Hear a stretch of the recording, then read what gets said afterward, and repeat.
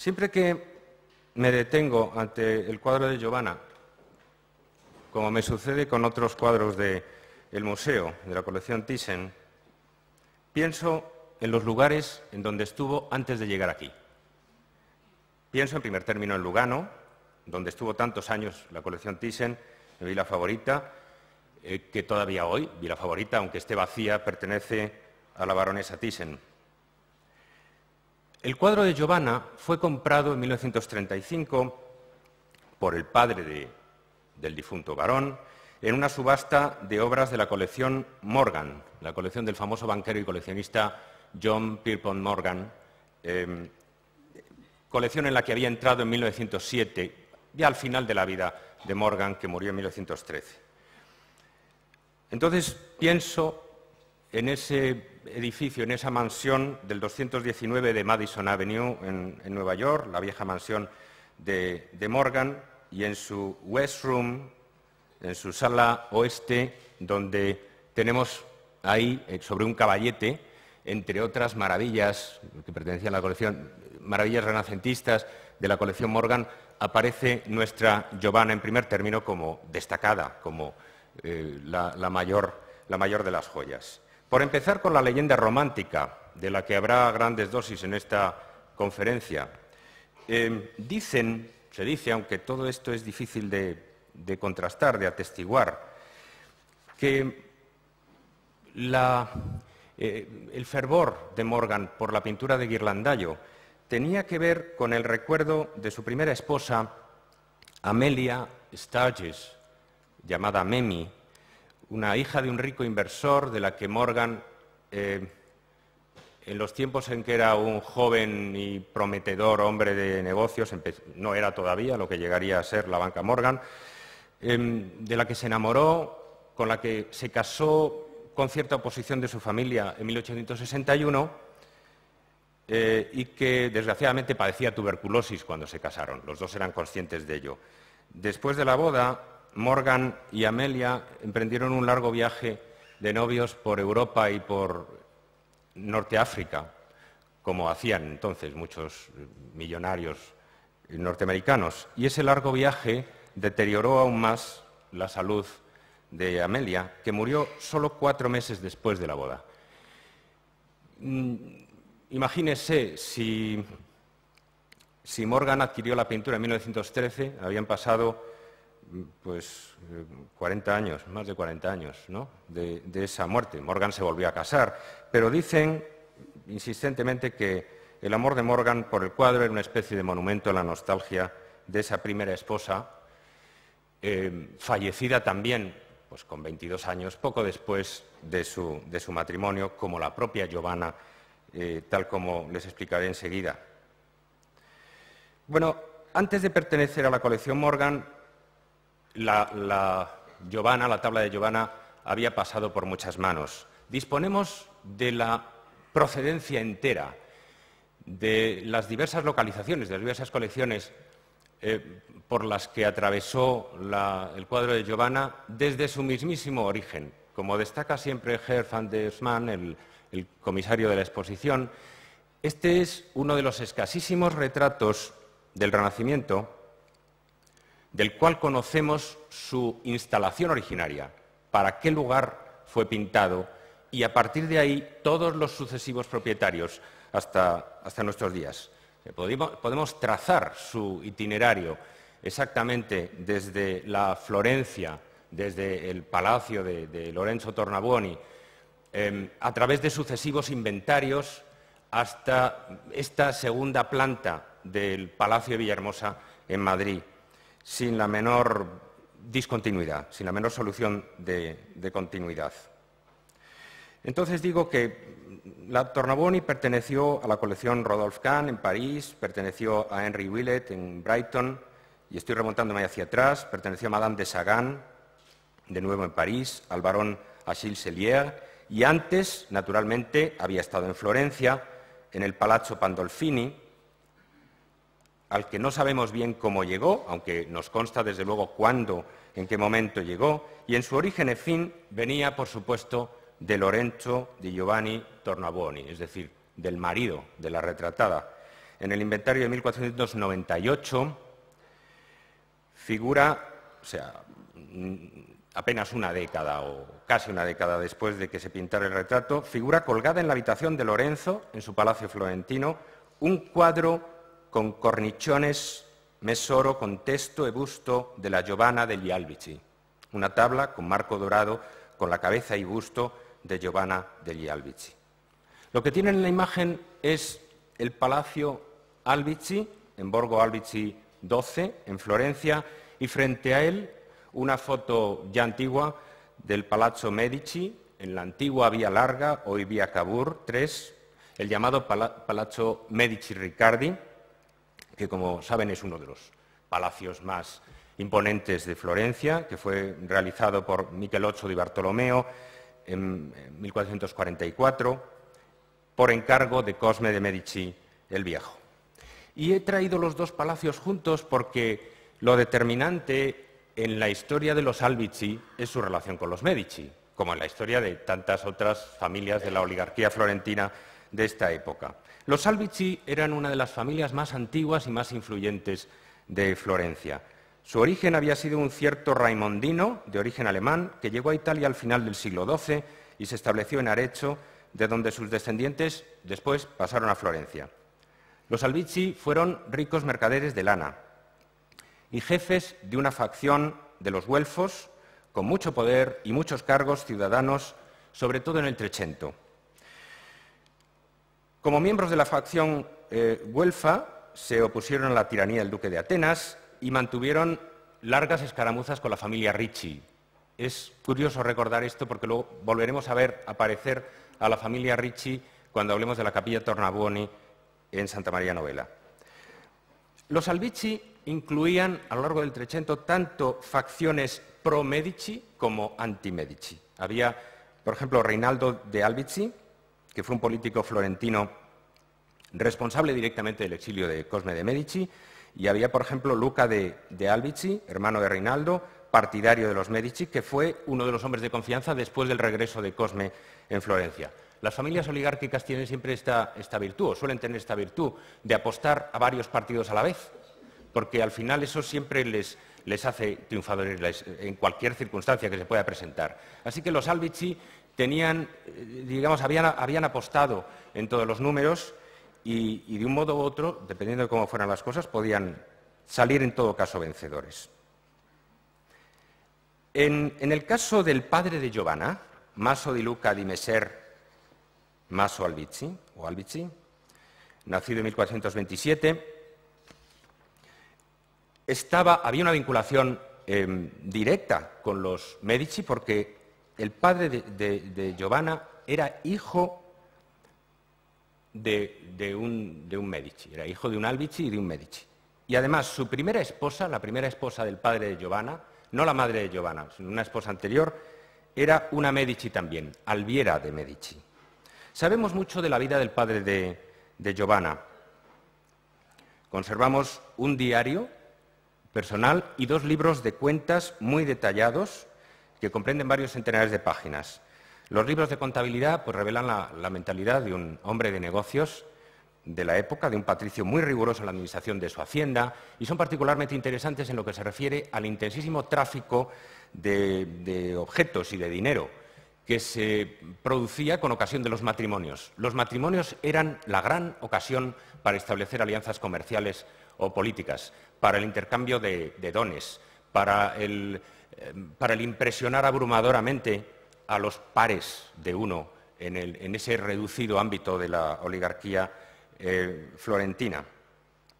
En contraste con esos libros de cuentas, los ricordi, las memorias de Maso di Luca, el padre de Giovanna, son un texto muy personal donde cuenta muchos detalles de su vida privada, tanto de acontecimientos grandes como pequeños, y en particular los primeros años de su vida como adulto. Discute las relaciones familiares, nos permite asomarnos mucho a su vida privada. Desgraciadamente no es tanta la información de la que disponemos a propósito de Giovanna. Tenemos en realidad mucha más información sobre la generación anterior a Giovanna que información personal acerca de los sentimientos, por ejemplo, de nuestra protagonista. Bueno, he dicho que en 1451 Maso di Luca degli Albizzi se casó con Alviera de Orlando de Medici, miembro de una rama menor, pero todavía influyente, de la familia Medici. Y tuvieron un hijo, Luca, en 1454. Al año siguiente, en 1455, Alviera tuvo otro hijo, pero murió 23 días después del parto.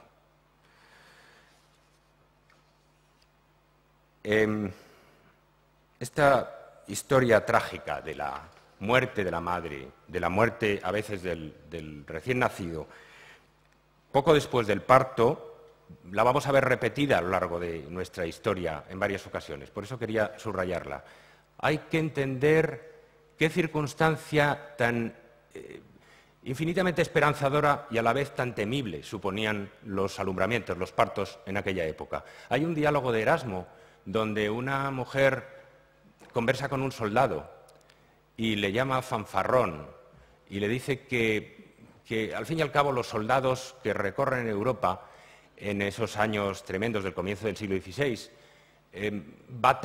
combaten solo una pequeña parte de su tiempo y corren riesgos mucho menores de lo que ellos pretenden, y que es incomparablemente mayor el riesgo de una mujer que se casa, porque en cada nuevo parto tiene, digamos, una probabilidad del 50% de caer enferma mortalmente y de morir.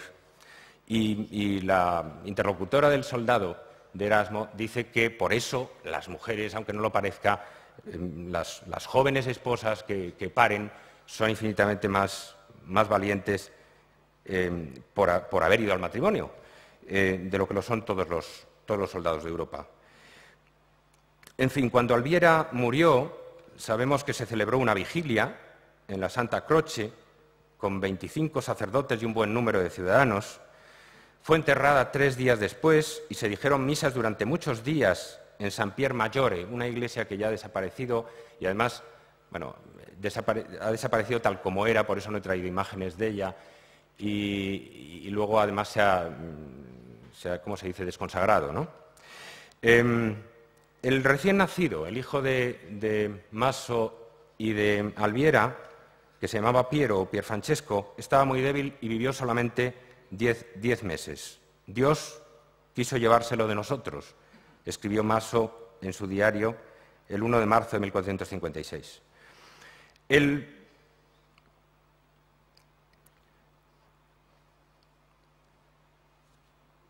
La disposición o la aceptación de la muerte de los hijos, que era tan frecuente, entonces le da un significado mayor a la presencia no solo de la imaginería devocional, de la imaginería religiosa, que acompañaba a la vida de todas estas personas, probablemente con mucha más intensidad de lo que sucede pues, en el mundo moderno, sino también nos permitirá entender determinados aspectos, determinados amuletos y talismanes que aparecerán al final de la conferencia.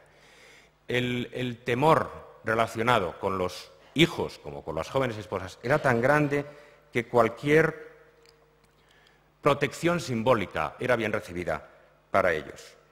Bueno, para nuestra historia, de todas formas, importa más el segundo matrimonio de Maso di Luca, que fue el que daría lugar, el que alumbraría a Giovanna. Maso di Luca cuenta con mucha gracia cómo, después de quedarse viudo, consultó con sus suegros, con el padre de su difunta esposa y con algunas personas muy importantes de Florencia si se debía casar y con quién. Y fue en el seno de esa comunidad, de las familias más poderosas e influyentes de Florencia, donde digamos que le asignaron una esposa, la joven Caterina, hija de Tommaso di Lorenzo Soderini. O sea que antes de volver a casarse, Maso consultó no solo, como era razonable, al padre de su esposa muerta, sino a otros dignatarios. Y estos le aconsejaron esta elección. El contrato de matrimonio fue firmado en el Palazzo de Cosimo de' Medici en el Palazzo Medici que acabamos de ver, y entre los presentes estuvo Luca Pitti, que residía en otro palacio igualmente impresionante que ustedes recordarán. No he traído aquí porque es harto conocido, el Palazzo Pitti, esa imponentísima fortaleza a las afueras de la antigua Florencia. Caterina Soderini fue conducida a casa de su marido sin ninguna ostentación en absoluto, dicen los documentos de la época, por respeto a la difunta Alviera. Bueno, sabemos que Maso amaba la literatura, era un hombre cultivado, especialmente le gustaban los clásicos. En su biblioteca poseía un texto de Terencio, el de Oficis de Cicerón, un libro de Silios Itálicos sobre las guerras púnicas y una biografía de Alejandro Magno. También sabemos que tomaba prestados y prestaba manuscritos. Entonces era frecuente que la gente intercambiara manuscritos, textos manuscritos, para leerlos y devolverlos después. Maso y Caterina, su segunda esposa, tuvieron 12 hijas y ni un solo varón, lo cual es un fenómeno de una probabilidad de 1 entre 4.000, ¿no? De esas 12 murieron 2 de niñas. Bartolomea I, nacida en agosto de 1460, que enfermó y murió a los pocos meses, y fue su nombre asumido por otra hija nacida en el 63. Este era un fenómeno, dada la enorme tasa de mortandad infantil, era un fenómeno muy frecuente, el que unos hijos asumieran el nombre de otros hijos que habían muerto previamente. El caso se repitió cuando Elisabetta II tomó el nombre de Elisabetta I, que había muerto muy niña. Bueno, y Maso y Caterina encargaron un desco da parto, una bandeja de madera usada en el ritual del natalicio para alguno de estos alumbramientos. No sabemos con certeza, sabemos que, bueno, la fotografía es muy mala, pero es la única de que disponíamos.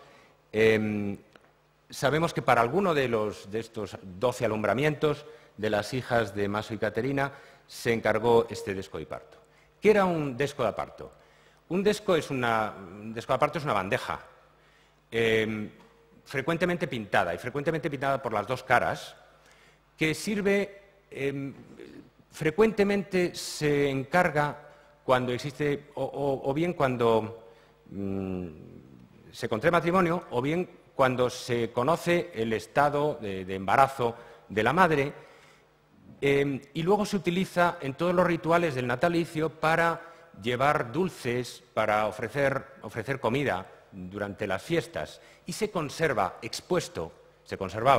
en las casas no solo como un objeto decorativo, ni simplemente como un recuerdo, como un souvenir, sino también, diríamos, como una suerte de talismán.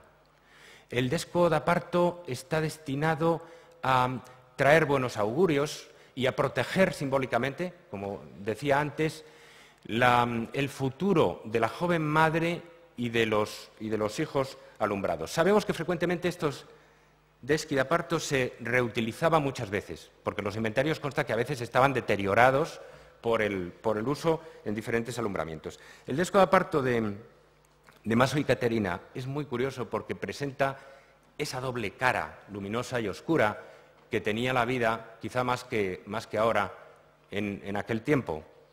Quizá los dolores eran más frecuentes, los sufrimientos eran más frecuentes, quizá las alegrías eran también más intensas. Entonces, uno de los lados es un puto, un muchacho alado, que toca una gaita, y es una expresión de joie de vivre, de alegría de vivir, y además una llamada a la fertilidad. El otro lado representa el juicio final. Jesús y María, rodeados por ángeles y santos, entronizados en el cielo, mientras abajo en la tierra los pecadores son apartados de los justos y los condenados empujados a las fauces del infierno. La joie de vivre y el juicio final, ¿no? Con esta combinación que refleja un poco los sentimientos mezclados de esperanza y temor, de euforia y terror con que se miraba el parto, cada parto.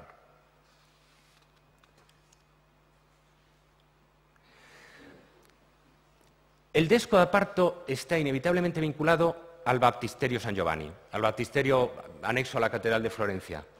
Hasta como objeto, hasta formalmente, tiene mucho que ver. Primero porque el Desco, como han visto ustedes, es un polígono, es un dodecágono, como la propia planta de San Giovanni es un octógono.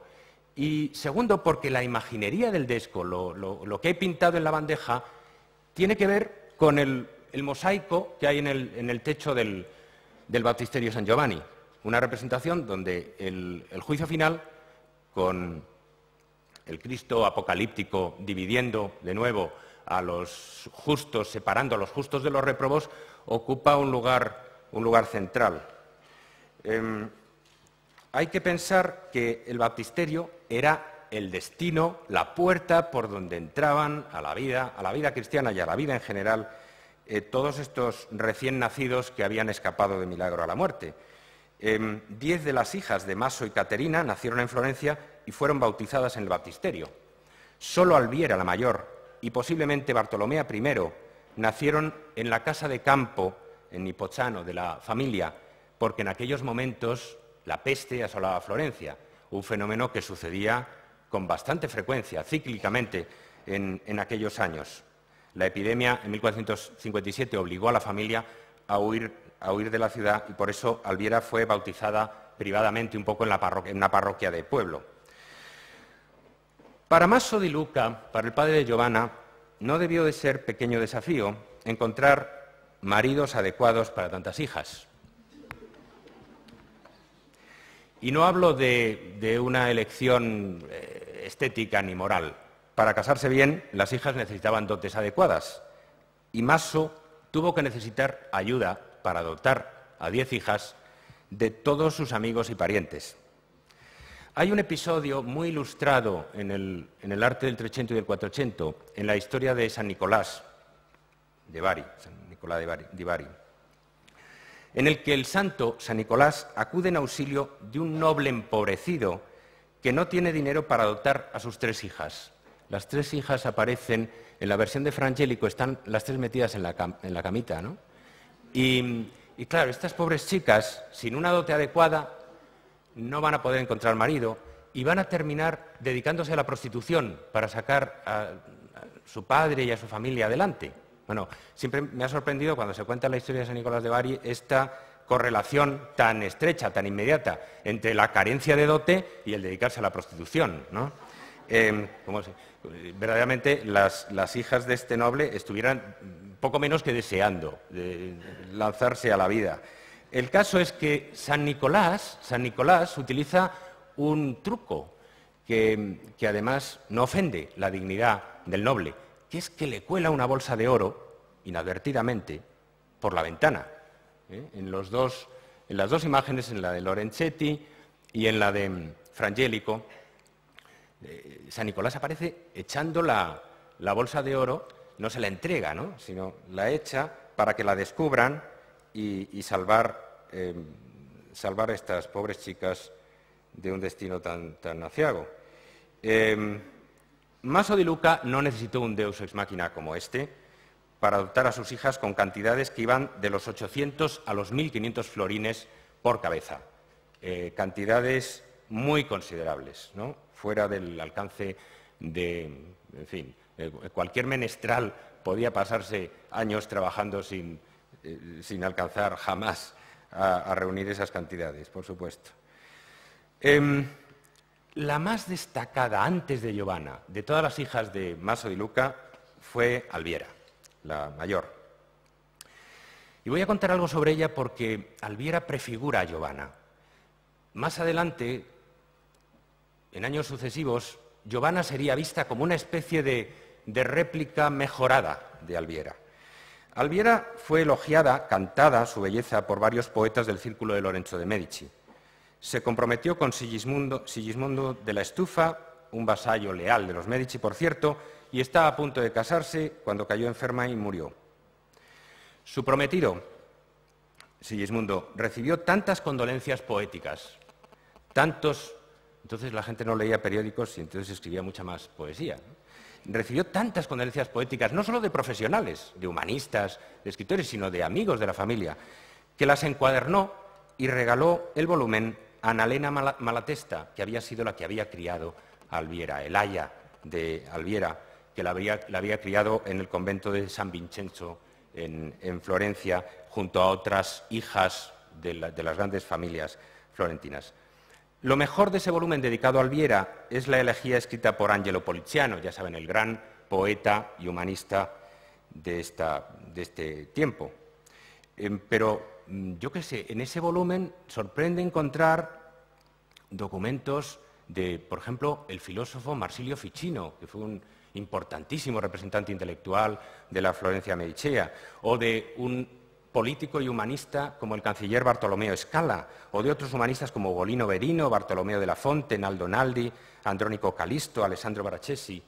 Entonces, los funerales eran ocasiones tan solemnes y tan importantes como las bodas o los bautizos, naturalmente, y no menos frecuentes.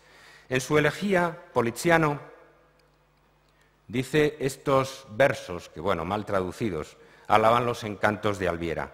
Cuando desataba su abundante melena y la dejaba suelta, se parecía a Diana, la que temen las bestias salvajes.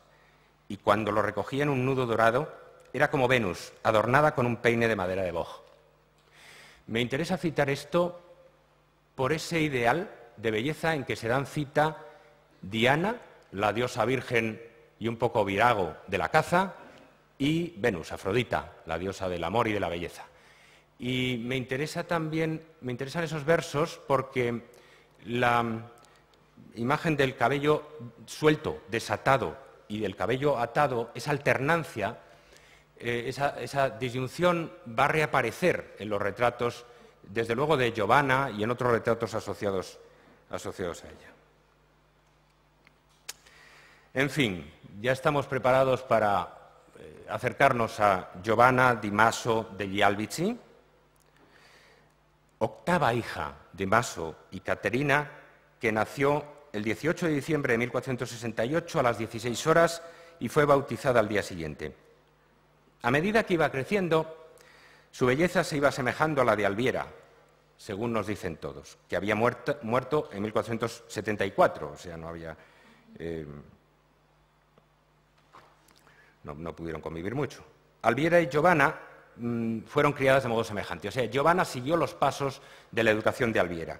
Igual que Alviera había sido criada por Annalena Malatesta, abadesa del convento de San Vincenzo. Bueno, Annalena era una viuda de un importante condottiero florentino que, cuando su marido murió y fue, en fin, su cuerpo arrastrado y decapitado por haber participado en una conspiración, Annalena se retiró a un convento y se concentró a esta labor de educar a las hijas de la buena sociedad florentina de aquella época. Sabemos lo influyente que debía ser el convento, lo importante que debía ser el convento, porque en las ordenanzas florentinas de la época se precisa que ni los comerciantes, ni los rufianes, ni las prostitutas podrán deambular a menos de una determinada distancia del convento de San Vincenzo. O sea que había un evidente designio de proteger este lugar donde las hijas de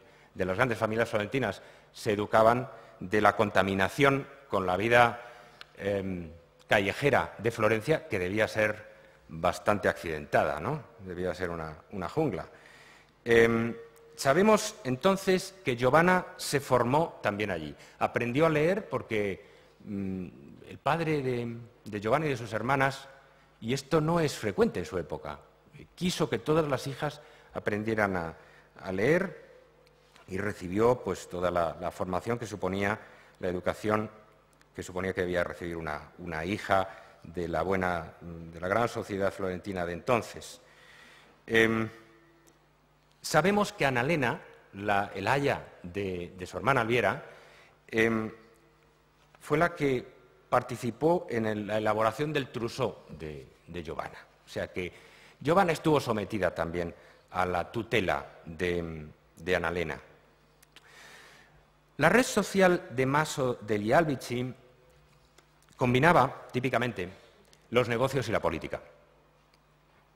Y uno de los nombres que aparece desde muy pronto en los libros de contabilidad de Maso es el de Giovanni Tornabuoni.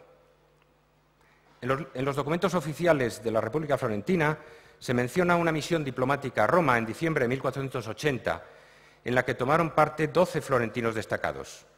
Entre ellos había muchos seguidores fieles de Lorenzo de Medici, como Piero di Luigi Guicciardini, Bongianni di Bongianni Gianfigliazzi, Guido Antonio di Simoni Vespucci, Cosimo di Lanfredino Lanfredini, todos ellos emparentados entre sí de una manera más o menos próxima y todos ellos, en todo caso, vinculados por alianzas de amistad y como socios, como partners en los negocios crecientemente proyectados hacia el exterior, no solo en la península de Italia, sino en toda Europa en ese momento, en las últimas décadas del siglo XV, como todavía lo estarían en el siglo XVI.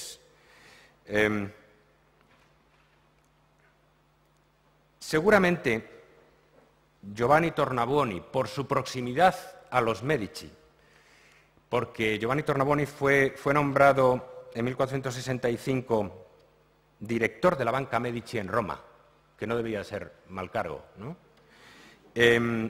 Y finalmente se convirtió en tesorero y asesor financiero del Papa Sixto IV, que tampoco debía ser un puesto de poca influencia. Bueno, pues teniendo en cuenta esa proximidad, esa cercanía, esa intimidad de Giovanni Tornabuoni, un hombre muy poderoso, más poderoso que Albizzi, en la Florencia de aquel momento, es comprensible que tramaran, que se conjuraran para casar a dos de sus hijos.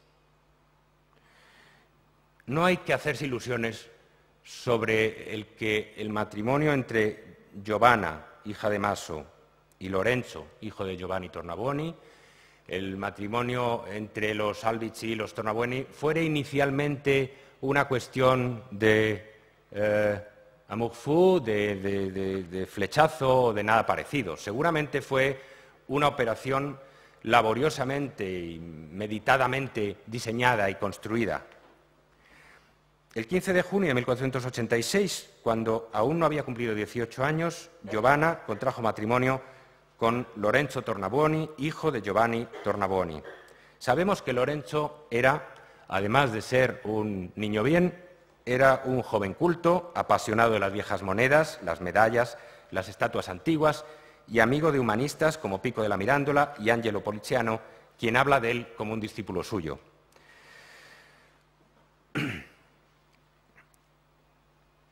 Las bodas de Lorenzo y Giovanna se celebraron con toda la pompa y circunstancia que cabía esperar, como la unión de dos de las familias más antiguas e importantes de Florencia, naturalmente bajo la protección ambos de los omnipresentes, de los ubicuos Medici. Pero como los Albizzi y los Tornabuoni habían estado enfrentados, además en la primera mitad del siglo, en algunas ocasiones, ¿qué dos familias no estaban en algún momento enfrentadas en esta época, ¿no? En la Florencia de esta época? La cosa tenía un carácter todavía más importante, como de reconciliación, de alianza sellada después de, en fin, toda clase de incidencias. Ningún enlace matrimonial florentino de finales del siglo XV está mejor documentado que el de Giovanna y Lorenzo. Su boda fue tan esplendorosa que todavía se escribía sobre ella un siglo más tarde. Un centenar de doncellas de buena familia, vestidas de seda blanca y azul, y 15 pajes vestidos con los colores de la casa Tornabuoni, escoltaron el cortejo nupcial hasta Santa María del Fiore, hasta la Catedral de Florencia, donde ella recibió el anillo nupcial en presencia del embajador español ante el Papa, que también debía ser alguien. Un Guicciardini y un Castellani, de las dos eminentísimas familias, fueron testigos de la novia, y el mismo Lorenzo de Medici, que había ayudado a concertar la boda, actuó como testigo y trajo espléndidos regalos. Hubo banquetes y danzas organizados sobre plataformas de madera construidas para la ocasión cerca de los palacios de los Tornabuoni y los Albizzi. Para conmemorar el matrimonio se acuñaron medallas, como se hacía entonces emulando el legado de la antigüedad, siguiendo la inspiración humanística de creerse un poco paganos y de imitar las costumbres artísticas, los gustos de la antigüedad clásica. En esta medalla atribuida a Niccolò Fiorentino, pues el recto, el anverso, lleva el perfil de Giovanna y la inscripción Giovanna Albizia Laurent de Tornabonis. En el reverso aparecen las tres gracias, mostrando la famosa escultura, el famoso grupo escultórico de las gracias, que hoy está en Siena, y con la inscripción Castitas, Pulcritudo, Amor. Castidad, belleza, amor. ¿Cómo se pueden conjugar esas tres cosas? La imagen está realizada según el modelo de una medalla de pico de la Mirandola, en cuyo reverso aparecía la inscripción Pulcritudo Amor Voluptas.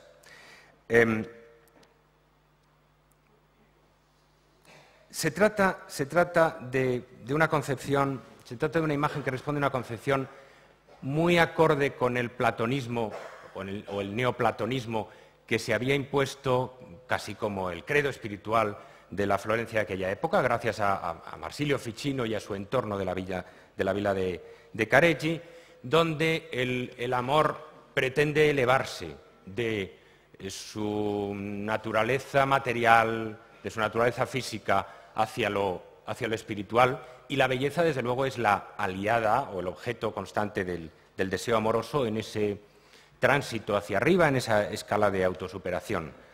El amor aspira a la belleza y aspira a la castidad, o con la castidad conveniente, suficiente para preservar la institución del matrimonio. Es un ideal platónico convenientemente adaptado a las costumbres y a las ceremonias de la burguesía florentina de la época. Algo muy en la tónica de lo que era la tarea de los humanistas de entonces, que lo que hacían fundamentalmente era recuperar ideas, imágenes de la antigüedad clásica, de los textos de los filósofos y de los oradores antiguos, para proporcionar a los grandes florentinos de este tiempo justificación, diríamos, ideológica para su vida, ¿no? Alimento espiritual para su vida. Como observa Edgar Bind en su libro Los misterios paganos del Renacimiento, Giovanna no se contentó con un solo emblema para el reverso de la medalla y, como alternativa a las tres gracias, recurrió a un motivo que, dice Edgar Bind, es sorprendentemente marcial y vigoroso. Una cazadora que lleva un arco en la mano, una flecha en la otra, una corona alada sobre la cabeza y pesadas botas en los pies. Y está situada sobre una nube que oculta el sol pero permite ver sus rayos alrededor. La inscripción que acompaña a este reverso procede de un verso de la Eneida en el que Venus aparece disfrazada de ninfa de Diana, o sea, la diosa del amor como devota de la castidad.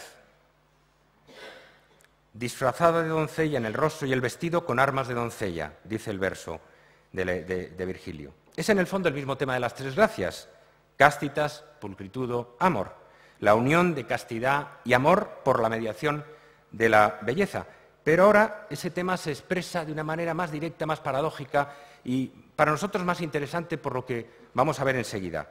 Diana y Venus, que son aparentemente opuestos, ideales femeninos contrarios, se funden, se tratan de combinar en una sola imagen, la diosa del amor y la diosa de la caza, la promiscuidad de Venus y la castidad de Diana. Ambos ideales complementarios, el más cortesano de Venus, el más silvestre de Diana, al parecer se unían en Giovanna. Ya hemos citado antes los versos de Poliziano, La muerte de Alviera. Cuando desataba su abundante melena y la dejaba suelta, se parecía a Diana, la que temen las bestias salvajes. Y cuando lo recogía en un nudo dorado, era como Venus, adornada con un peine de madera de boj. Bueno, pues aquí evidentemente Giovanna seguía los pasos de Alviera. Había asumido esos mismos ideales que se habían aplicado a su hermana mayor difunta.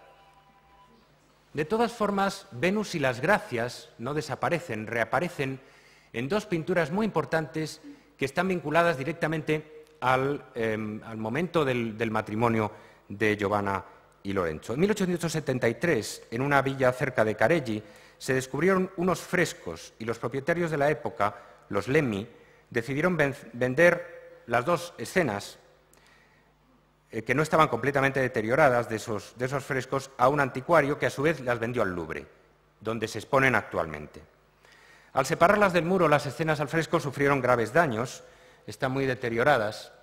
Yo bromeaba con Ger van Desman cuando fuimos al Louvre y decía, pedimos los frescos, que nos los traigan para la exposición de Giovanna del año que viene.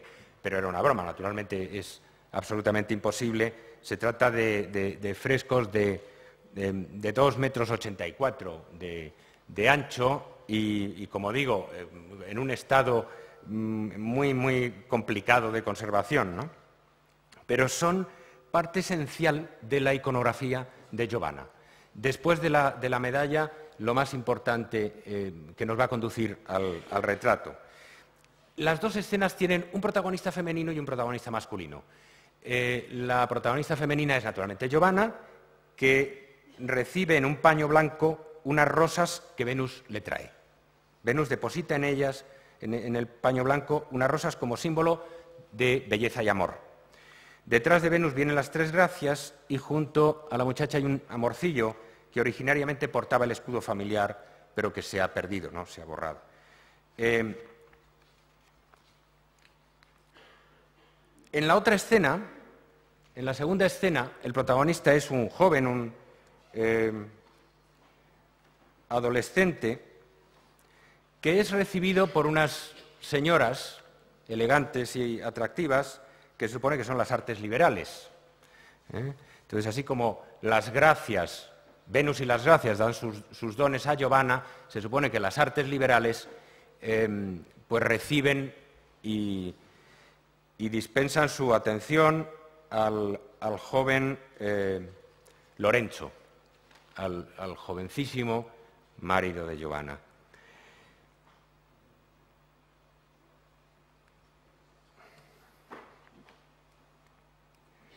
He dicho que Lorenzo y Giovanna se casaron en principio por interés de las familias. Fue un matrimonio concertado para la alianza entre sus dos familias. Sin embargo, hay muchos indicios de que desde el principio hubo también entre los dos jóvenes una atracción mutua intensa o lo que podríamos llamar un amor romántico.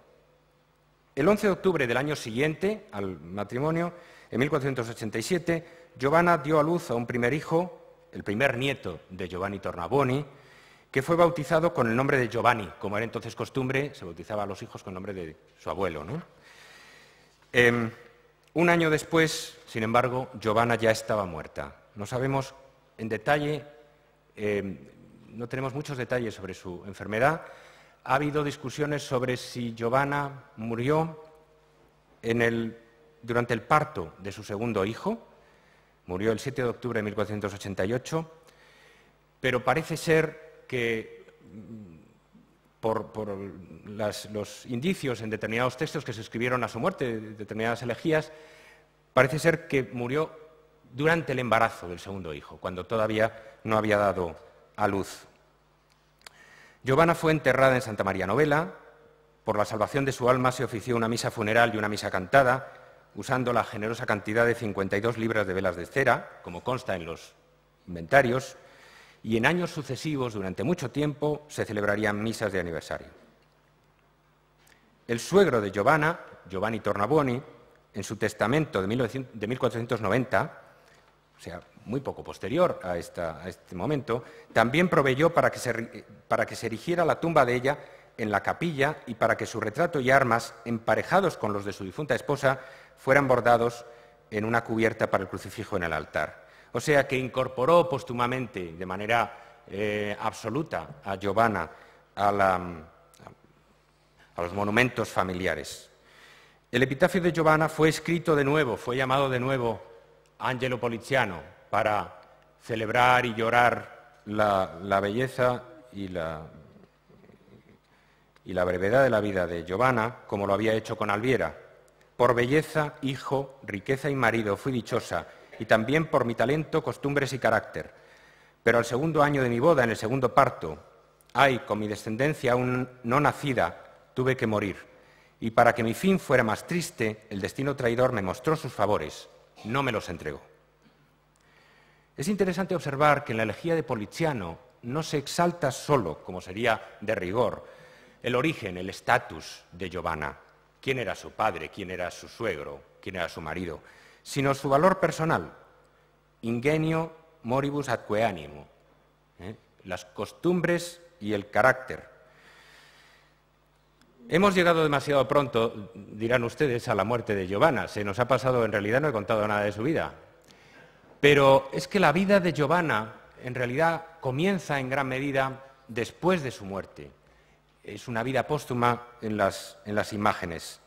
Cuando Giovanna murió, Ghirlandaio estaba trabajando en los frescos del ábside, la capilla mayor de Santa María Novella, la iglesia florentina de los dominicos, frescos que le habían sido encargados en 1485 por Giovanni Tornabuoni, por el suegro de Giovanna, y que serían ejecutados entre 1486 y 1490. Bueno, la capilla mayor tiene muchas historias, no me puedo detener, pero hay mucha historia en esta capilla mayor, porque pertenecía a la familia Ricci, que era aquella familia que había estado reñida, pero reñida a muerte, con los Albizzi en tiempos idos, ¿no?, en el Trecento.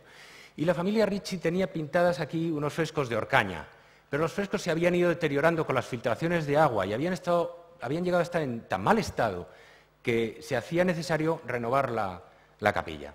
De manera que, bueno, se empezó a buscar alguien que a los Ricci, que no andaba muy bien de dinero, les dotara para renovar la capilla. Y fue Giovanni Tornabuoni el que salió a la palestra para decir que él se ofrecía a financiar todo, dejando el escudo de los Ricci en un lugar muy señalado, en un lugar central, para que así no fuera ningún desdoro para los Ricci, pero redecorando naturalmente toda la capilla con frescos de Ghirlandaio, que debían celebrar la vida y milagros de los Tornabuoni, naturalmente. Bueno, este encargo fue el mayor encargo artístico-religioso de la época para una de las iglesias más importantes de la ciudad. Para alabanza y honra de Dios Todopoderoso y su gloriosa Madre, siempre Virgen, y de San Juan, Santo Domingo y otros santos mencionados más abajo, y de toda la corte celestial, el magnífico y noble Giovanni, hijo de Francesco Tornabuoni, ciudadano y mercader de Florencia, ha propuesto, como patrón de la capilla mayor de la iglesia de Santa María Novella en Florencia, decorar dicha capilla con pintura noble, exquisita y decorativa a su costa como acto de piedad y amor de Dios para la exaltación de su casa y familia y el engrandecimiento de dicha iglesia y capilla. Así reza el contrato, donde se detalla mucho más, porque en los contratos de esta época a veces el artista en el contrato de la capilla Tornabuoni se compromete a pintar figuras, edificios, castillos, ciudades, montañas, colinas, llanuras, agua, rocas, vestidos, pájaros y bestias de todo género, que fueran juzgados apropiados por el dicho Giovanni, pero según la estipulación de los colores y el oro que se establecía en el mismo contrato.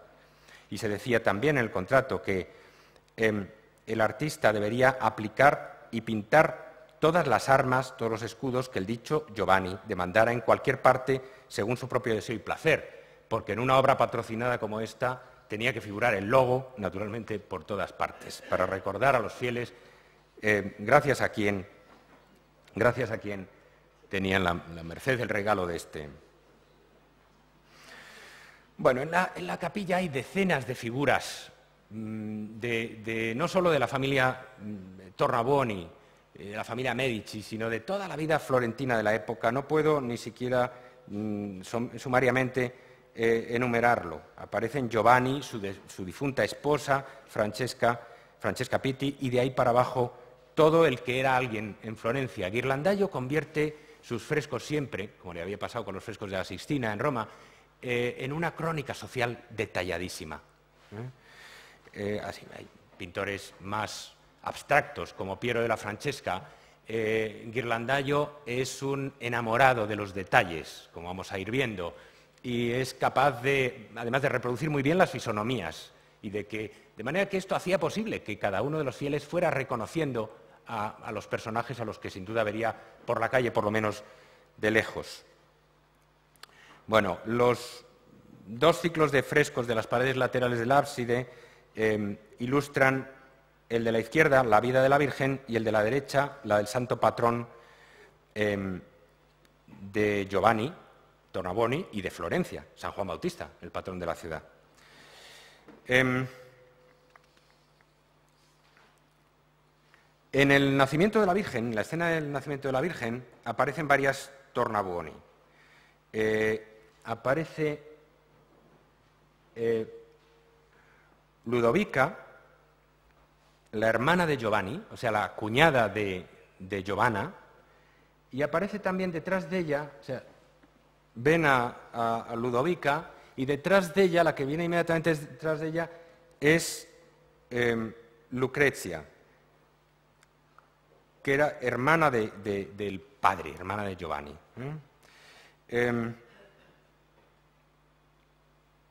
Perdón. Pero en el fresco de la Visitación es donde nos espera la verdadera clave en busca de la cual íbamos. En la Visitación,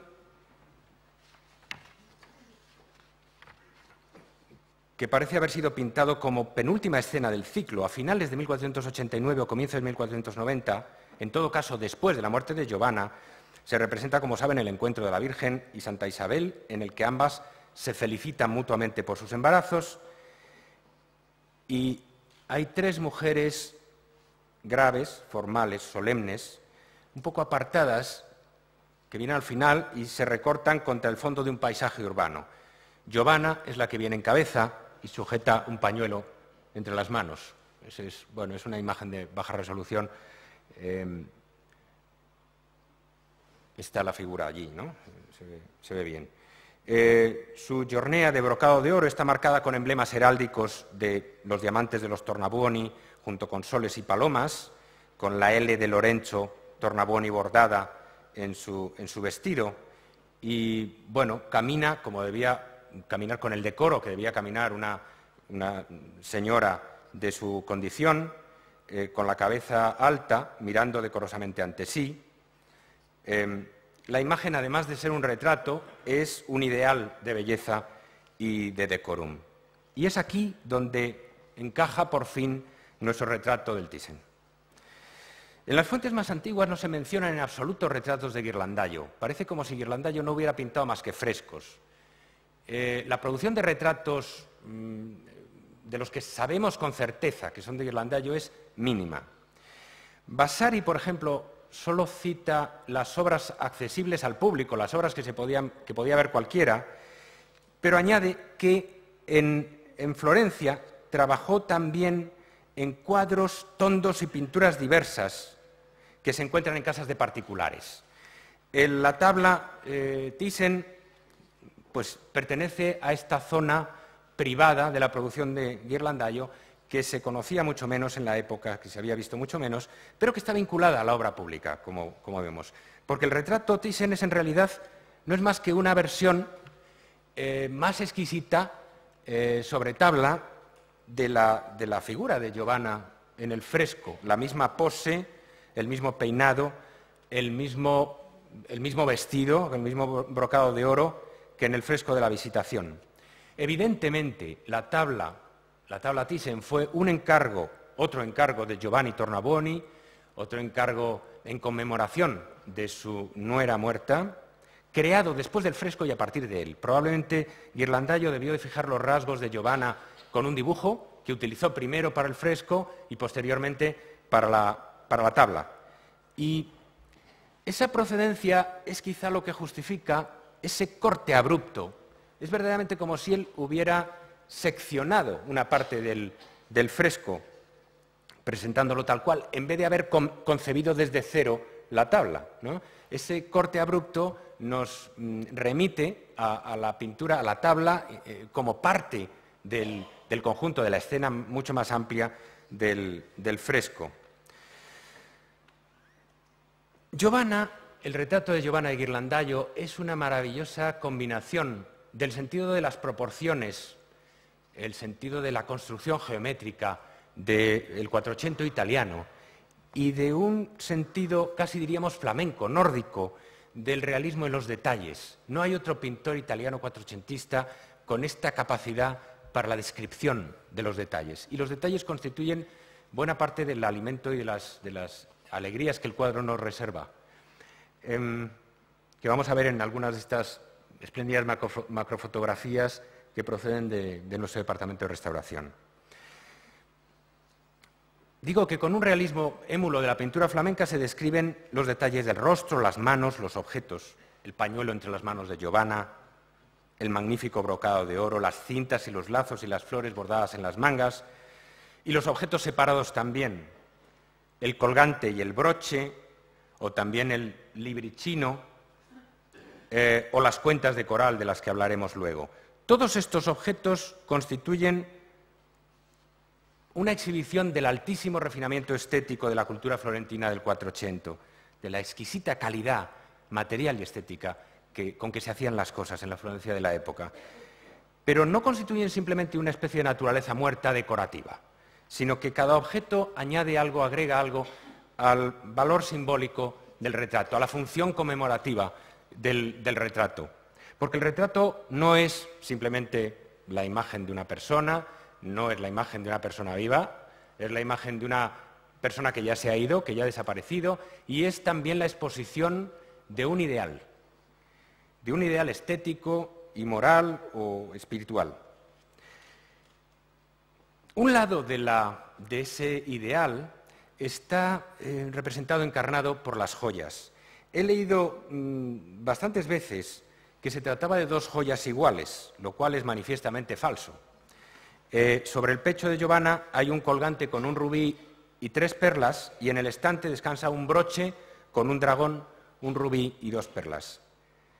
No es extraño que el pintor se recreara con tal delicia en esos detalles, porque Ghirlandaio, saben ustedes, era hijo de un orfebre y se había formado en el taller de su padre antes de pasar al taller a la bottega de Baldovinetti, donde empezó a convertirse de verdad en pintor.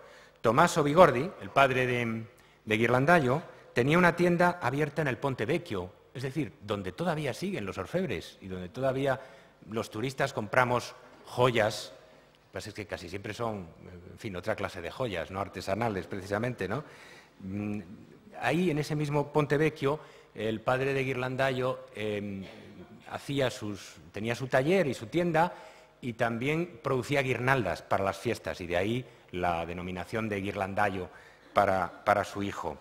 Tanto en los frescos de Villa Lemmi como en la capilla mayor de Santa María Novella, las muchachas de la familia Albizzi llevan un colgante como este, o muy parecido a este, con un rubí montado en oro y 3 perlas. He discutido mucho con Gert van Desman y no me pongo mucho de acuerdo con nuestro comisario en el sentido de si esta joya tenía una asociación particular con los Albizzi. Él dice que ha encontrado ejemplos de esta joya, o muy parecidos, no solo en Italia, sino en muchos sitios de Europa. Y él ha estudiado el ajuar del matrimonio de Giovanna. Entonces, él no piensa que haya una asociación específica, heráldica, con la familia. En todo caso, la joya, como el exquisito brocado, representa el estatus social de Giovanna. Y su papel público, que era tan importante, Florencia era como un gran escaparate para estas familias de la oligarquía, que tenían que exhibirse y que demostrar que estaban a la altura de su posición. En el otro lado de la figura de Giovanna, y también en el otro extremo, simbólicamente hablando, se encuentra el librito, el pequeño libricino da donna, el librito de mujer, representado en esa hornacina, en ese estante, que es el tipo de libro de horas que los padres regalaban a las hijas cuando dejaban la casa de los progenitores para irse a vivir a la de la familia del marido. O sea, es un devocionario que se leía cada día en las horas consagradas a la oración y la meditación, que pautaba, que imponía su ritmo a la jornada, y que además, bueno, digamos que la madre de familia, custodia del devocionario, era también la custodia de las buenas costumbres, de las costumbres piadosas, del espíritu de la piedad religiosa en el conjunto del domicilio conyugal. O sea, la que en cierto sentido, aunque marido y mujer fueran buenos católicos, la que en cierto sentido tenía depositada en sí la responsabilidad de la piedad religiosa de la casa era la mujer. De ahí la centralidad del libricino da Dona.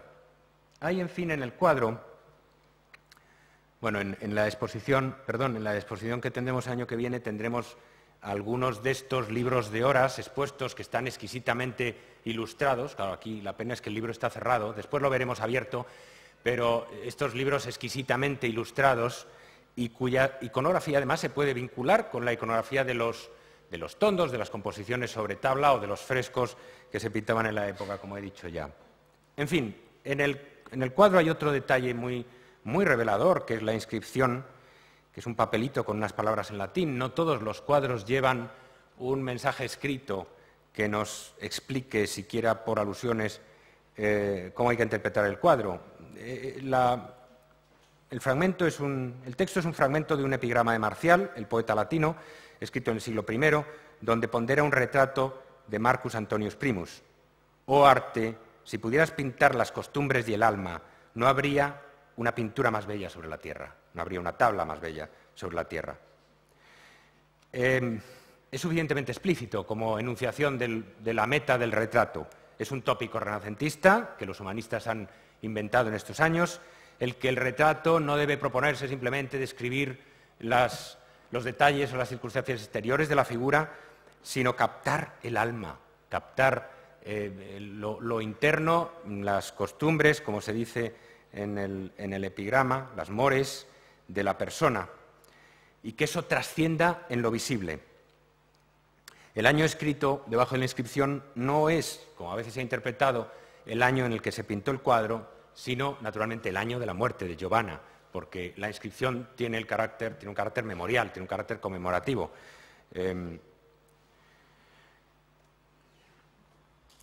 Y vamos ya a algunas circunstancias del retrato, algunas características del retrato, voy a ir acabando, y al modo en que se relacionan con la tradición del retrato femenino en particular en el Quattrocento y a cómo difiere de lo que va a venir a continuación en la tradición del Alto Renacimiento, en los pintores que siguen a la generación de Ghirlandaio. Estos años 80, saben que en estos años, 1488, entra Miguel Ángel, un Miguel Ángel de 13 años, en el taller de Ghirlandaio. O sea que este es el momento en el que se va a empezar a producir el relevo con la siguiente generación, la del Alto Renacimiento, la que consagra el Renacimiento florentino romano clasicista. Vamos a ver las circunstancias estilísticas, las características estilísticas del cuadro como retrato, de la tabla Thyssen como retrato, y algunas circunstancias que se nos han quedado relativas a la iconografía, a los detalles y al valor simbólico de algunos objetos que aparecen en el cuadro. El formato de perfil en el retrato había disfrutado en el Renacimiento italiano en general de un éxito abrumador. Durante todo el Quattrocento se habían pintado incontables retratos de perfil, masculinos y femeninos, a veces emparejados, el marido y la mujer enfrentados el uno al otro. La tradición del retrato de perfil era una tradición como característica del arte italiano, a diferencia de, por ejemplo, el arte tardogótico o protorrenacentista del norte de Europa, donde la vista de tres cuartos era mucho más frecuente. Pero para la época en que la tabla Thyssen se pintó, el retrato masculino de perfil había sido abandonado casi completamente, no existían ya virtualmente ejemplos, y el retrato femenino, la convención del perfil, que todavía podía persistir en algún caso, se había vuelto francamente, manifiestamente arcaizante. O sea, que la Tornabuoni está pintada con un estilo deliberadamente evocador de otros tiempos, con la seriedad y la solemnidad y la distancia de lo que pertenece a otro mundo ya pasado. No es en absoluto inadecuado el que Ghirlandaio escogiera este formato, diríamos, arcaizante, este punto de vista arcaizante, el perfil, para un retrato póstumo para un retrato conmemorativo de la difunta Giovanna. El propio Ghirlandaio, hay que decir que no era muy adicto al retrato de perfil, no pintaba frecuentemente retratos de perfil, ni él ni su escuela. La nueva generación, los pintores que comenzaban a descollar en este momento, que apuntaban maneras, fíjense las fechas del Ginebra de Benci de Leonardo, es muy temprano, es muy anterior a la Giovanna y es naturalmente mucho más moderno para los cánones de la época. Los rasgos que emergían en los retratos de la nueva generación eran completamente distintos. Se apartaba, se dejaba de lado la severidad, la rigidez de la vista de perfil, se prefería la vista de 3/4 y además, en lugar de los fondos sobrios y del espacio superficial y cerrado, se preferían las vistas de paisajes. Leonardo es uno de los pioneros absolutos en esta apertura, camino por el cual luego seguirá Rafael. No puedo ponerme a mostrar retratos el retrato de Maddalena Doni, por ejemplo, de Rafael, posterior, de principios del siglo XVI, pero este Ginebra de Benci, que por cierto en la National Gallery de Washington hace unos años fue expuesto, comparado con nuestra Giovanna, nos presenta un poco en contrapunto con Giovanna cómo sentía la nueva generación de pintores y qué clase de nueva concepción del retrato iban a instaurar. Una concepción del retrato, por cierto, muy atenta a lo que sucedía en el norte de Europa, a la pintura flamenca, ¿no? Donde también en los Memling, por ejemplo, pues la vista de 3/4 es habitual, o la apertura de un paisaje detrás de la figura y todo eso. Hay un retrato de mujer atribuido a Ghirlandaio de data incierta, pero que puede ser de 1490 o 1490 y pocos, porque Ghirlandaio murió en 1494, que está relativamente acorde con este nuevo paradigma. La vista de 3/4, el paisaje detrás.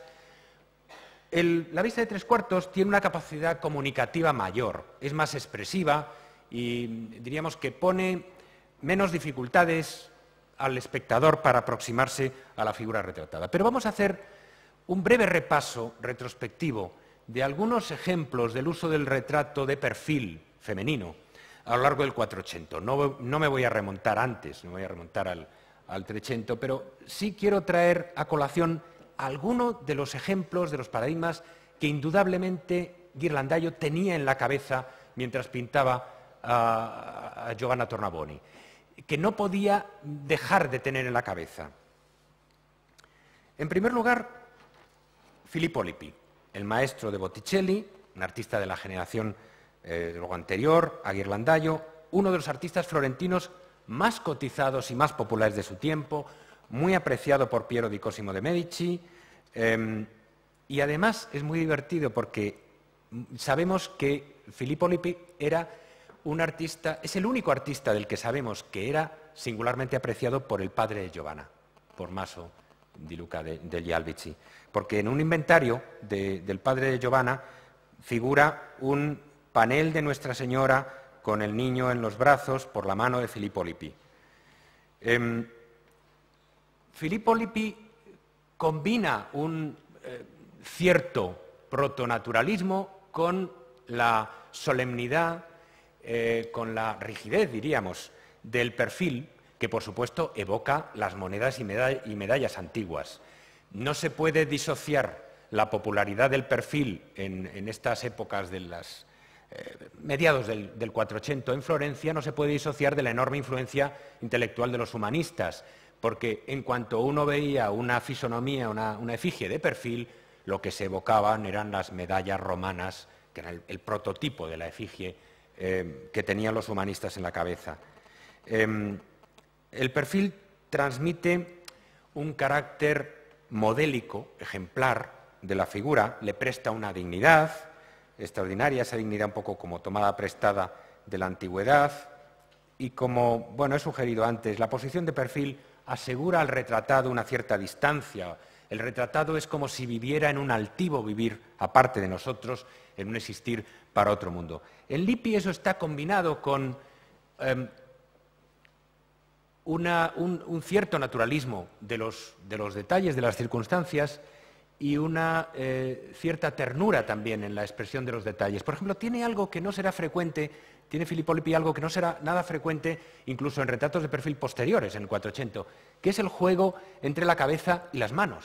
Porque muchos de los retratos de perfil posteriores que vamos a ver se limitarán exclusivamente a la cabeza y excluirán las manos. Este es un rasgo como avanzado de Lippi en el que se adelanta incluso al Alto Renacimiento. El retrato típico de perfil de mitad del 400 está sentado en grandísimos pintores geómetras como Piero de la Francesca o Paolo Uccello, que se restringen al busto, como mucho a la media figura, pero desde luego excluyen la expresión de las manos, ponen todo el acento en la definición del contorno de una silueta que es un ideal estético de la figura humana, pero a la vez una línea decorativa, diríamos un arabesco, y ponen el acento igualmente en la decoración superficial plana, porque el retrato de perfil es considerablemente, por un acento mucho más considerable en el plano que en el volumen espacial, del vestido o del tocado de las retratadas. Por ejemplo, en Antonio Pollaiolo, y bueno, he puesto Pollaiolo en general porque la intervención de Piero Pollaiolo en alguno de estos retratos pues no se puede descartar, eso se lleva a su máxima pureza, ¿no? Pollaiolo saca partido de la exquisitez, de toda la exquisitez posible que permite el formato de perfil. Reduce a la máxima uniformidad el fondo, que casi siempre es como un cielo, y simplifica la silueta y la subraya para que se recorte nítida contra ese fondo uniforme del cielo. Y luego exalta el dibujo de los brocados y el dibujo también a veces del tocado, del peinado, y hace del género del retrato un género virtuosístico, diríamos musical, decorativo, musical, casi abstracto, ¿no? Se trata de una fisonomía reducida a lo esencial, quintaesenciada, y de hacer con eso una composición, diríamos, minimalista en comparación con otras épocas, con otros momentos de la pintura. Baldovinetti participa en buena medida de ese ideal de Pollaiolo y tiene también, es una silueta muy pura sobre un fondo uniforme y está exaltado la decoración del vestido. Y Baldovinetti fue el maestro de Ghirlandaio, el primer taller en el que estuvo Ghirlandaio después de salir del taller de su padre, de orfebre. En Botticelli, en cambio, se introducen otras consideraciones. Botticelli, en esta magnífica pintura de Frankfurt y en una réplica de taller, que bueno, he querido enfrentar, a veces se ha dicho que era la fisonomía de Simonetta Vespucci, esta famosa y jovencísima y bellísima musa florentina que estuvo casada con un Vespucci, pero dicen que fue amante de Giuliano de Medici y que la pobre también, como todas estas, murió muy joven, con 22 años, y todos los poetas de Florencia lloraron su muerte. A veces se ha dicho esto, pero independientemente de la identidad de la retratada, Botticelli introduce, con respecto a Pollaiolo, un ideal mucho más fluido, un tipo de un decorativismo, una tendencia a la decoración mucho más libre, basada en la línea de Botticelli no está constreñida, no está encorsetada como la de Pollaiolo por un excesivo rigor minimalista, sino que quiere fluir y es sinuosa, se arquea, y por ejemplo eso es manifiesto en la libertad del tocado, ¿no? Que es un tocado, es un caos organizado, ¿no? Los cabellos de esta muchacha, que sugieren un ideal mucho más silvestre, como el de la Diana con la que habíamos visto identificada a Alviera y a la propia Giovanna. Este retrato de Botticelli en particular debió de ser muy importante para Ghirlandaio. Y, no sé, es muy fácil descubrir como un diálogo entre las dos obras, aunque al mismo tiempo haya entre ellas contraposiciones básicas. Hay una contraposición muy llamativa entre la sobriedad absoluta del vestido, de los detalles, la exclusión de cualquier detalle que pueda distraer, y diríamos hasta la pobreza de lo que rodea a la joven, también a esta se la ha identificado con Simonetta Vespucci, retratada por Botticelli, y la extraordinaria riqueza y el extraordinario detalle, la densidad de la pintura minuciosa de Ghirlandaio. Pero hay también una contraposición, aunque ambas tengan el mismo tipo de modo de soportar, de apuntalar la composición mediante un marco, un dispositivo arquitectónico al fondo. Fíjense que, igual que aquí pues aparece una esquina de ese estante, allí también aparece como una ventana en el Botticelli. Pues Botticelli y Ghirlandaio utilizan ese marco arquitectónico de una manera muy distinta, porque Botticelli utiliza el marco arquitectónico para proponernos una línea fluida y sinuosa, como danzarina. La figura retratada es una curva, es una línea serpentina, mientras que Ghirlandaio exalta el carácter absolutamente columnar de la figura. La figura es tiesa, erguida, sin la menor concesión a la flexibilidad, a esa flexibilidad danzante, ¿no?, de Botticelli. En los detalles, en lo detallado de la descripción de Ghirlandaio, con quien sí puede rivalizar, es con Piero di Cosimo, que también es un pintor más joven, que se deleita en esos detalles alegóricos del tocado, de las joyas, de la misma serpiente que se enreda en torno al cuello y que ha sido interpretada de muchas maneras distintas, desde como una alusión al áspide de Cleopatra hasta como en relación con la emblemática, con la alegoría de la época. Incluso se ha visto como un emblema de la muerte temprana de Simonetta Vespucci, etc. El único, diríamos, entre los más jóvenes que puede rivalizar en detalles con Ghirlandaio sería Piero di Cosimo. Pero aparte de estos precedentes, es interesante terminar, ya termino de verdad, es interesante terminar considerando algunos retratos femeninos de la época que dependen o que de un modo u otro derivan de nuestra Giovanna Tornabuoni. La atribución de muchos de estos retratos es incierta, es problemática, pero en todo caso pertenecen como una familia a una descendencia que la Giovanna retratada por Ghirlandaio dejó tras de sí en el mundo de las imágenes. El primero de estos descendientes es una pareja de retratos, masculino y femenino, que se encuentran en la colección Huntington en San Marino, en California, y que han sido atribuidos a Ghirlandaio, pero no con demasiada certeza, y yo no estoy nada convencido de que procedan efectivamente directamente de la mano de Ghirlandaio. Pero es que hay más, es que ese que hemos visto, el retrato femenino de San Marino, California, tiene una especie de réplica en la Gemäldegalerie de Berlín de Sebastiano Mainardi. Mainardi era el cuñado y el colaborador más íntimo de Ghirlandaio. Era colaborador y buen amigo de Ghirlandaio, y tan amigo que Ghirlandaio le dejó casarse con su hermana. Y Mainardi pinta esta réplica de este otro atribuido a Ghirlandaio, y fíjense que esto nos permite recapitular los atributos, los detalles del retrato de Giovanna, porque un poco cada uno de los detalles de Giovanna de otra manera reaparece en estas dos versiones inciertas, pero que proceden del círculo de Ghirlandaio, indudablemente. Tres detalles que hemos glosado en el retrato de Giovanna reaparecen aquí. La joya, en primer lugar, con 3 perlas, ¿no? El libro, que en este caso está abierto, y arriba el collar de cuentas de coral, al que no le hemos prestado todavía demasiada atención. Los 3 elementos ordenados como si fuera quien fuera, el artista, Ghirlandaio o otro discípulo suyo, o Mainardi, quisiera rendir homenaje, rendir tributo a la Giovanna con otra pintura de perfil arcaizante, aunque esta vez abierta, según la moda memliniana, a un paisaje lejano. Fíjense en particular en la proximidad entre estas enigmáticas cuentas de coral suspendidas en el retrato de Giovanna. Esto es Giovanna, lo de la izquierda, y aquello es el Mainardi de Berlín. Enseguida vamos a hablar de esas cuentas para terminar ya.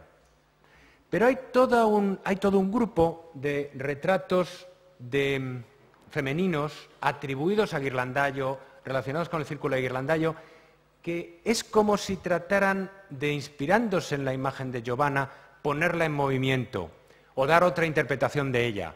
En particular, desplazar el punto de vista, presentando en 3/4 lo que originariamente había sido representado de perfil. Por ejemplo, este del Clark Art Institute de Williamston es casi como un intento de girar, de hacer rotar a la Giovanna. Hasta tal punto se ha descrito el peinado, los detalles, diríamos, de la posición de la mano, la expresión del rostro, inspirándose en la Giovanna. Cierto es que se han introducido esas modificaciones que estaban de moda ya en los últimos momentos del siglo XV y en los primeros años del siglo XVI, y que recuerdan de nuevo los retratos del norte, a los retratos flamencos, la vista de 3/4, esa especie de repisa, de pollete, sobre el cual se apoyan las manos, que es característico también del retrato del norte, ¿no?, de Van Eyck o de los Memling, etcétera. Y el mismo paisaje después, el horizonte abierto, a diferencia del espacio cerrado, el espacio vacío de Giovanna. Entre las piezas de esta familia, de esta prole, a veces un poco bastarda, de Giovanna Tornabuoni, pero interesante para desplegar los rasgos de la propia Giovanna, para verla de otra manera, está también este guirlandallo de más segura atribución que otros del Metropolitan de Nueva York. Y de nuevo en él, como en el caso anterior, se trata de una rotación, ¿no?, de presentar de 3/4 lo que originariamente estaba de perfil. Pero en este caso, aparte del peinado, hay algo que me interesa singularmente, y es el collar. No solo hay una joya, no solo el colgante es una joya que evoca el colgante que lleva Giovanna, sino que la retratada se ha puesto el collar de cuentas de coral que estaba colgado al fondo, como semiabandonado en la trastienda del retrato de Giovanna Tornabuoni. Verán, ¿por qué es importante, por qué me importa hablar de estas cuentas de coral? Durante mucho tiempo se ha dicho que esas cuentas de coral eran un rosario, y se ha vinculado el significado de esas cuentas de coral con el librichino de abajo para formar la imagen, para completar la imagen de la piedad, de la devoción religiosa de la retratada. Coincido con el comisario de nuestra exposición, yo había llegado a esa conclusión independientemente, pero coincido con el comisario de nuestra exposición en el sentido de que de ninguna manera se trata de un rosario. Se trata de un collar, pero de un collar de un tipo peculiar, que no es simplemente, digamos, un adorno o una joya. En la tabla de la Gulbenkian, que va a venir a nuestra exposición, está ya asegurado el préstamo, tenemos de nuevo otro guirlandallo de atribución dudosa, con una cierta mutación también relacionada con la pintura flamenca. Fíjense que hay una cosa que se presenta en la pintura flamenca, que es el cuerpo frontal, pero la cabeza girada en 3/4, y de nuevo el intrigante, no figuran los otros detalles, pero de nuevo el intrigante collar de cuentas de coral. Y todavía en este otro guirlandallo de atribución todavía más dudosa, en este retrato de muchacha de una colección privada, en otra posición, en otra rotación, con el mismo peinado, con ese peinado que simultáneamente contiene y suelta en las sienes el cabello, reaparece el collar de cuentas de coral. Bueno, la única interpretación posible de que se haya concedido, de la razón por la cual se ha concedido a una hilera de cuentas de coral, a un collar de cuentas de coral, tal importancia en el retrato de la Tornabuoni, tiene que retrotraerse al uso de los collares de coral en la iconografía religiosa, y en particular en la pintura de Piero da Francesca, en varias Madonas suyas. Hay diversas Madonas, he traído aquí fundamentalmente dos. La Madonna de Senigallia, de la Galería Nazionale del Marche, que es una de las grandes cimas de la pintura de Piero, y fíjense que el niño lleva un collar del que hay suspendido además un colgante que es una ramita de coral.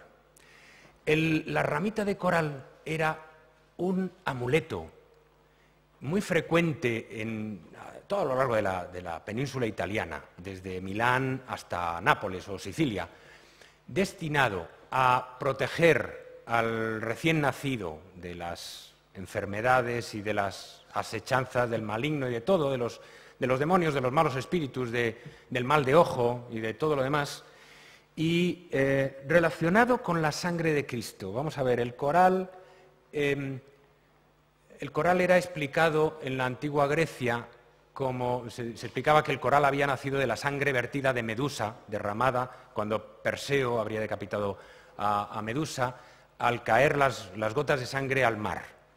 El cristianismo bautizó esa historia, diríamos, consagrando las cuentas de coral como gotas de la sangre de Cristo. Y de ese modo se reconciliaban el prestigio inmemorial del coral como instrumento talismánico, como instrumento de protección contra las malas influencias, contra el mal de ojo en particular, con una interpretación cristiana, con una interpretación justificable desde el punto de vista religioso.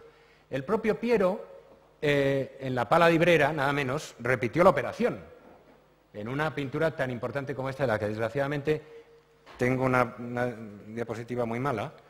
El niño aparece con un gran colgante de coral, con una ramita de coral, dormido bajo la protección de ese amuleto. Hay algo de incongruente y casi de blasfemo en proporcionar un amuleto al niño Dios, pero la ingenuidad y la sinceridad, diríamos, la espontaneidad piadosa de la pintura religiosa del primer Renacimiento es así, ¿no? Y se le cuelga el collar de cuentas de coral al niño Jesús, como se le debía colgar a todos los niños nacidos en las familias de la época. Por terminar con otro ejemplo, naturalmente del norte, Jos van Cleve, porque proporciona incluso un ejemplo que es más, no sé, más discreto, más limitado y más próximo incluso al propio collar de la Tornabuoni. Tenemos esta Virgen con el niño, donde el niño dormido está puesto de nuevo bajo la protección de un collar de cuentas de coral. En fin, el collar de cuentas descansa al fondo de la imagen de Giovanna como el instrumento para la joven madre que probablemente nunca llegó a ejercer la adecuada protección, como un instrumento fallido, como un instrumento fracasado que no conjuró los peligros, las amenazas que se cernían sobre ella. Una inscripción en el arco que aparece en la imagen de San Zacarías en los frescos de Santa María Novella, de los que ya hemos hablado, proclamaba, al concluir Ghirlandaio los frescos, que en el año de 1490, cuando la ciudad más gloriosa, renombrada por su riqueza, sus victorias, su arte y arquitectura, vivía en la opulencia, la salud y la paz. Ese era el comienzo de la inscripción. Así que cuando se terminaron los frescos de Santa María Novella, o cuando el retrato de Giovanna fue pintado, Florencia parecía vivir en la cima de su felicidad, pero la mutabilidad de la fortuna, un tema, por cierto, muy característico de los humanistas italianos de la época, acechaba en la esquina. Y a partir de 1490 se fueron produciendo muy rápidamente una serie de acontecimientos luctuosos que darían al traste con toda esta vida y este mundo al que nos hemos asomado aquí. Lorenzo de Medici, Lorenzo el Magnífico, murió en Careggi en 1492, solo 2 años después de esto. Y su hijo, Piero el Fatuo, un completo incapaz, según todas las referencias, asumió el gobierno, en el que solo se mantendría 2 años antes de tener que rendirse ante el invasor Carlos VIII de Francia y ser expulsado de la ciudad por los propios florentinos. En ese momento entra en escena Savonarola. Savonarola es un fraile dominico, predicador, confesor de Lorenzo de Medici, sobre quien tenía, al parecer, un ascendiente muy importante, y conocido de Pico de la Mirandola, pero no podría imaginarse a nadie más distante del espíritu, en realidad, de Lorenzo y de Pico, del humanismo, porque Savonarola era un organizador de hogueras de la vanidad y, como saben, enviaba a sus fieles, a los llorones, como se les llamaba, piagnoni, por toda la ciudad, de casa en casa, pidiendo a la gente que entregara sus cosméticos, sus espejos, sus instrumentos musicales, para quemarlos en grandes hogueras en la vía pública.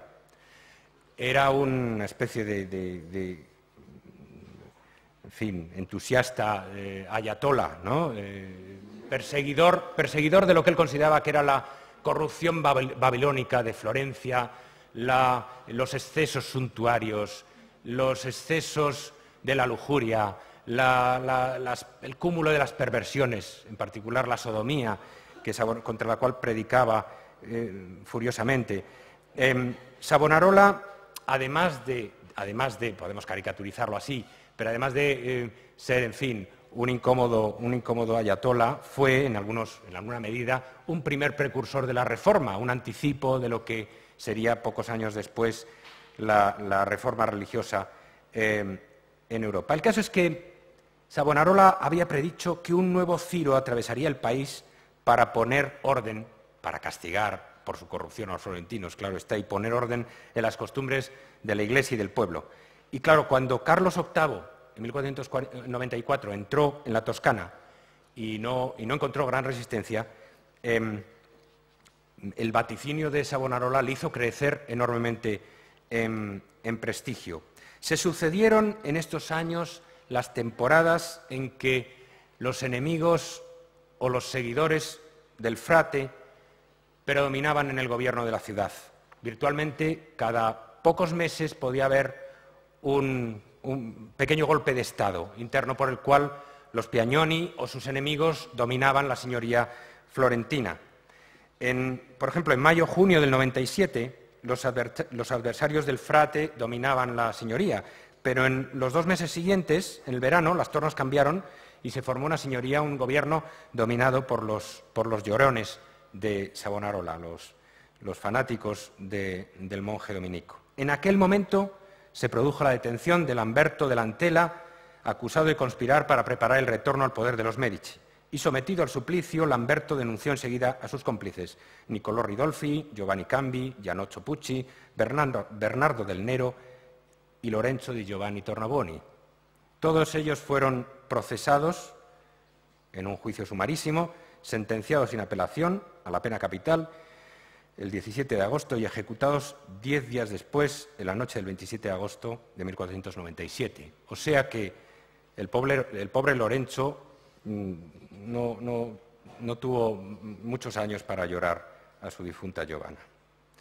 En todo caso, la némesis de los Medici acechaba a Savonarola, que había desafiado a demasiada gente y demasiado poderosa durante demasiado tiempo.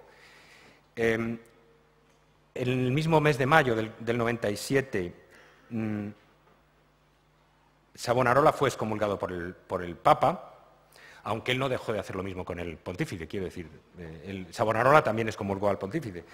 Y en 1498 el Papa ordenó su arresto y ejecución.